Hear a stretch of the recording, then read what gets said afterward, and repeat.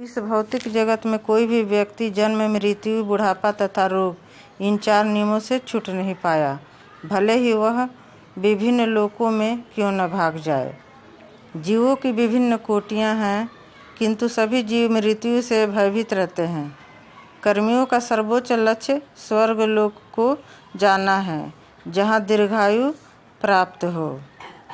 ब्रह्मा का एक दिन 1000 युगों के बराबर होता है और प्रत्येक युग में 43 लाख वर्ष होते हैं। इसी तरह ब्रह्मा की रात्रि 1000 गुणित 43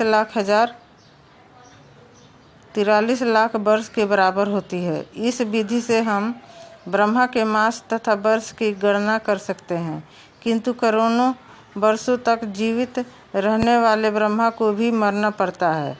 वैदिक शास्त्र के अनुसार स्वर्गलोक के वासी 10,000 वर्ष तक जीवित रहते हैं, और जिस तरह ब्रह्मा का एक दिन हमारे 4 अरब 30 करोड़ सालों के बराबर गिना जाता है, स्वर्गलोक में एक दिन हमारे 6 मास के तुल्य होता है।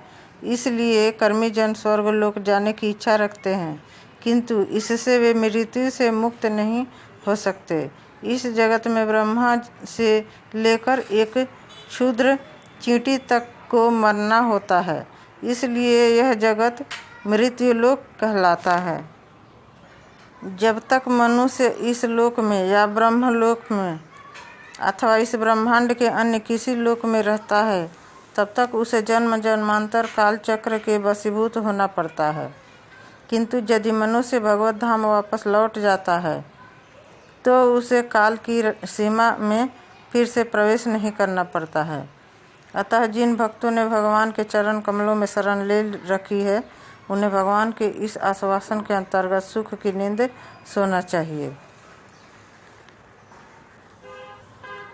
प्रत्येक जीव नित्य है। इस जगत में आ गिरने के कारण ही वह इस ब्रह्मांड में घूमता रहता है और लगातार एक के बाद दूसरा शरीर धारण करता रहता है।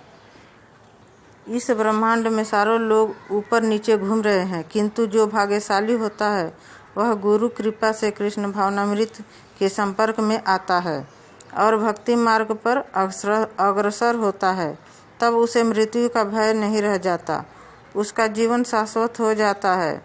जब कृष्ण प्रकट होते हैं तो प्रत्येक व्यक्ति के मन से मृत्यु का भय जाता रहता है। फिर भी देवकी को लगा, यद्यपि आप हमारे पुत्र रूप में उत्पन्न हुए हैं, तो भी हम कंस से भयभीत हैं। वे थोड़ा कुछ मोहग्रस्त थी, उनकी समझ में नहीं आ रहा था कि ऐसा क्यों हो रहा है। उन्होंने भगवान से निवेदन किया कि वे उन्हें तथा वसुदेव को इस भय से मुक्त करें। इस प्रसंग में ध्यान देना होगा कि चंद्रमा स्वर्ग का एक लोक है।